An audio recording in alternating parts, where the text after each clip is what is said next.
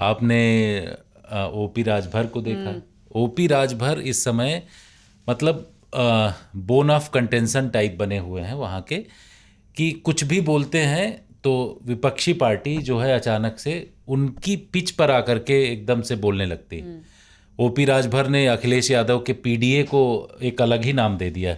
उन्होंने नाम दे दिया है उनके पीडीए को, एक सेकंड, ये देखिए, ये जो निकली डायरी है निकाल दी है ये इन्होंने। डायरी निकल चुकी ये है। डायरी पीट देगा अहीर। हाँ, मतलब ये नाम देना वो अलग टाइप में। तो ओपी राजभर को अखिलेश यादव ने भी आकर के उनको बोल दिया ओपी। अब ओपी को ऐसे उन्होंने घसीटा कि सारे लोग जब मीडिया के सामने बोल रहे थे तो लोग हंसने लगे। ये एक अलग तरीके का उत्तर प्रदेश में इस वक्त पॉलिटिक्स चल रही है ऐश्वर्या, और सभी लोग जो है अपने अपने वर्ग को रिझाने की कोशिश कर रहे हैं। अखिलेश यादव खास तौर पर आपने ये देखा होगा कि काफ़ी वो लगातार सम्मेलन कर रहे हैं। इसके साथ साथ पश्चिमी उत्तर प्रदेश में वो घुसने की कोशिश कर रहे हैं अखिलेश यादव।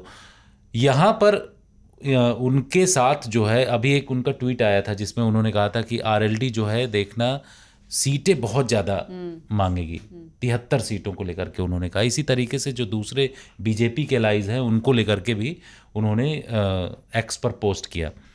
हम एक बड़े नेता जो हैं आरएलडी के, उनसे बातचीत कर रहे थे।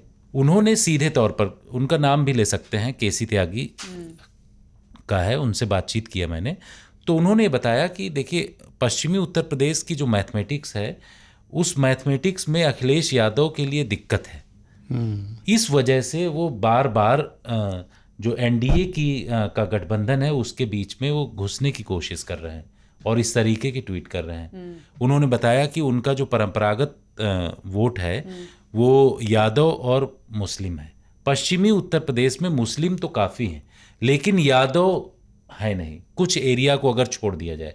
तो इस तरीके की बात उन्होंने केसी त्यागी जी ने कहा, और इस वजह से उनके अंदर एक तरीके की हड़बड़ाहट है कि इस एरिया में जहाँ से वो सीटें जीतते थे, उनका ठीक ठाक पोजीशन रहती थी, वो सिचुएशन उनकी बनने वाली नहीं है 27 में। इस वजह से उनके अंदर हड़बड़ाहट है और कुछ इसी तरीके का माहौल वहाँ भी दिखाई पड़ रहा है। पूर्वी उत्तर प्रदेश की बात करें कि वहाँ ओपी राजभर और ये इनका पूरा मामला चल रहा है, तो इस वजह से वो टारगेट ओपी राजभर को कर रहे हैं।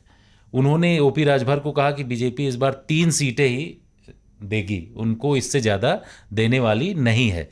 तो ओपी राजभर फिर उनके ऊपर अटैक कर रहे हैं। ठीक है, तो एक तरीके का उत्तर प्रदेश में ये माहौल बना हुआ है। इन सब के बीच अगर मायावती की बात करें तो उनके भतीजे जो हैं आकाश आनंद, वो हर एक जगह जा कर के रैली कर रहे हैं और वो कोशिशें कर रहे हैं कि जो जाटो वोट बैंक है उसको जो है इसमें लाया जाए। तो इस बार की गणित जो है उत्तर प्रदेश की मैथमेटिक्स एकदम अलग तरीके की होगी। चुनाव के रिजल्ट भी अलग तरीके के आएंगे, अप्रत्याशित होंगे, जिसको कि कोई समझ नहीं पाएगा कि कैसे ये रिजल्ट आएगा इस तरीके। ये मुझे भी इस बार लग रहा है कि कहीं ना कहीं हमें थोड़ा बहुत उत्तर प्रदेश में चेंज देखने को मिलेगा। मैं बीजेपी का बता सकती हूँ। तो मेरी एक नेता से बात हो रही थी, तो हमने उनसे पूछा कि भाई आप तो यूपी देखेंगे अब आप? तो बोले कि मैं टूर करने दिल्ली आऊँगा, सितंबर से यूपी में ही रहूँगा, जो बीजेपी का तरीका है काम करने का, कि जब स्टेट इलेक्शंस आते हैं तो जो नेता जिनको चार्ज दिया जाता है वो सब वहीं जाके बस जाते हैं। जो ऑफिसेज हैं, पार्टी ऑफिसेज, उनके अंदर मतलब सुबह से लेकर रात तक मीटिंग्स होती हैं। जयंत चौधरी एक इम्पॉर्टेंट फैक्टर है बीजेपी के लिए, क्योंकि अगर हम 22 के इलेक्शन की बात करें तो 22 के इलेक्शन में जयंत चौधरी थे अखिलेश यादव के साथ और अब वो हैं एनडीए के साथ। तो ऐसी कौन सी सीट्स हैं जो आप जयंत चौधरी को देना चाहेंगे, उसमें विनेबिलिटी देखी जाएगी। अच्छा, दूसरा जो है ये पीडीए, जिसमें कि अखिलेश अब एकदम डंका बजा के कह रहे हैं कि हम पंडितों को भी शामिल कर रहे हैं। तो क्या भाई वो पंडितों को शामिल कर पाएंगे, या क्या वाकई में पंडित लास्ट मोमेंट पे जाके कमल पे ही बटन दबाएंगे? ये भाई आपको मैच तो पहले करनी पड़ेगी ना, आप इसको प्रोबेबिलिटी पे नहीं ले सकते। तो बीजेपी के लिए इस समय जयंत चौधरी एक बड़ा फैक्टर है, कितना देना है उनको, कितना मांगेंगे वो। दूसरा फैक्टर है कि भाई पंडितों को आपको देखना पड़ेगा, ब्राह्मण्स को देखना पड़ेगा उत्तर प्रदेश में। और उन्होंने बोला कि पूरा कास्ट का जो समीकरण है वो देखना होगा, और anti incumbency is a factor जो भाजपा जिससे भाग नहीं रही है। बीजेपी बहुत अच्छे से जानती है कि 10 साल आपकी सरकार रही है, चीफ मिनिस्टर बहुत पॉपुलर है, लेकिन उसके बावजूद हर स्टेट में हमने देखा है, चाहे विपक्ष की सरकार हो या कोई भी सरकार हो, एंटी इनकम्बेंसी आ जाती है। और विधायकों की अगर बात करें तो उत्तर प्रदेश में लोगों की नाराज़गी है। तो वो सर्वे इस समय चल रहा है कि कौन से वो विधायक हैं जिनकी नाराज़गी बहुत ज़्यादा है, क्या उन्हें बदल दिया जाए।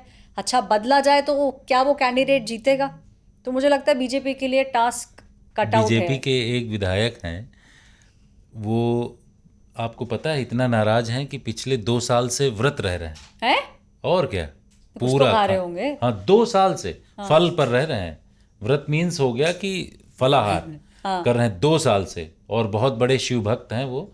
और वो वाले विधायक हैं कि आप बुंदेलखंड से आते हैं, सब लोग जानते हैं, एक मंत्री को वो रोक भी चुके हैं कि उनके क्षेत्र में काम नहीं हो रहा था, तो उस मंत्री को उन्होंने रोका।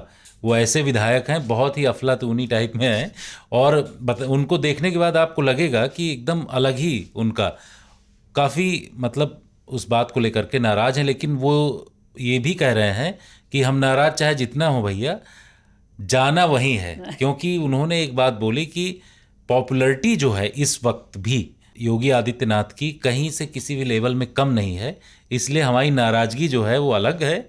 ठीक है, हम उसके लिए व्रत भी रह रहे हैं, लेकिन जाना वहीं है।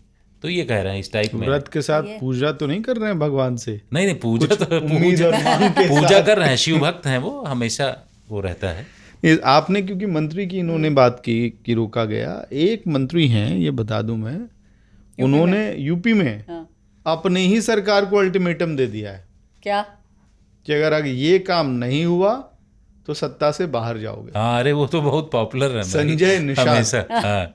वो पिछली बार भी चुनाव के ठीक पहले इस तरह के अल्टीमेटम देते हुए पाए जा रहे थे। जिस अलायंस में रहते हैं वहां पे प्रेशर टैक्टिक्स बहुत बढ़िया खेलते हैं वो।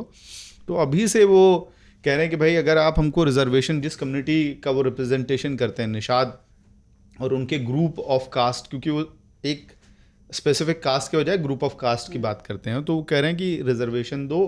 कांग्रेस ने नहीं दिया तो सत्ता से बाहर गई, बसपा ने नहीं दिया तो बाहर गई, सपा ने नहीं दिया तो बाहर गई, अगर आप अब नहीं दोगे तो आप भी बाहर जाओगे। बहुत लोग लेकिन इसको कह रहे हैं कि भाई ये नंबर ऑफ सीट्स बढ़ाने के लिए अलायंस में जब आप टेबल पे जाएंगे तो उसके लिए प्रेशर टैक्टिक्स किया जा रहा है। समाजवादी पार्टी जहाँ पे वो पहले अलायंस पार्टनर थे, वहाँ मैंने पूछा क्या हो रहा है, आप लोग की तरफ आने की उम्मीद में है क्या? मतलब कोशिश तो हो रही है, लेकिन हम लोगों को ये समझ में आ रहा है कि वहाँ क्योंकि वैल्यू बहुत ज़्यादा नहीं मिल रहा है, मंत्रालय होने के बाद, पूरा सिस्टम होने के बाद भी अपने लोगों का काम नहीं हो पा रहा है, जो नाराज़गी बहुत लोगों की है। वैसे एक बात कही जा रही है कि नीतीश कुमार मॉडल पे शायद यूपी में सरकार चल रही है कि ब्यूरोक्रेट्स और सीएम एग्जीक्यूशन ग्राउंड तक हो रहा है। तो कई बार आप अपने लोगों को भी ऑब्लाइज करने के लिए काम कराना चाहते हो, 4 काम रहते हैं नेताओं के पास, वरना फिर मतलब क्या रह जाएगा नेताजी और विधायक जी और मंत्री जी का। तो ये है एक बड़ी इंटरेस्टिंग चीज़। लेकिन मैं आपको बताऊं, पिछली बार की रणनीति और इस बार की रणनीति में समाजवादी पार्टी और अखिलेश यादव में क्लैरिटी आ गई है। पिछली बार वो दलों को जोड़ के वोट जोड़ने के कैलकुलेशन में लगे हुए थे 22 में, तो उसमें ओपी राजभर की भी जरूरत थी, उसमें अलग अलग झंडों की जरूरत थी, अलग अलग रंगों की जरूरत थी। 24 में उन्होंने इस एक्सपेरिमेंट से किनारा किया क्योंकि ये लोग जा चुके थे। उन्होंने डीबीटी शुरू कर दिया पॉलिटिक्स का। DBT, direct benefit transfer. सीधा समुदाय से कैंडिडेट लाओ, टिकट पाओ और जीत के दिखाओ। Reporters off.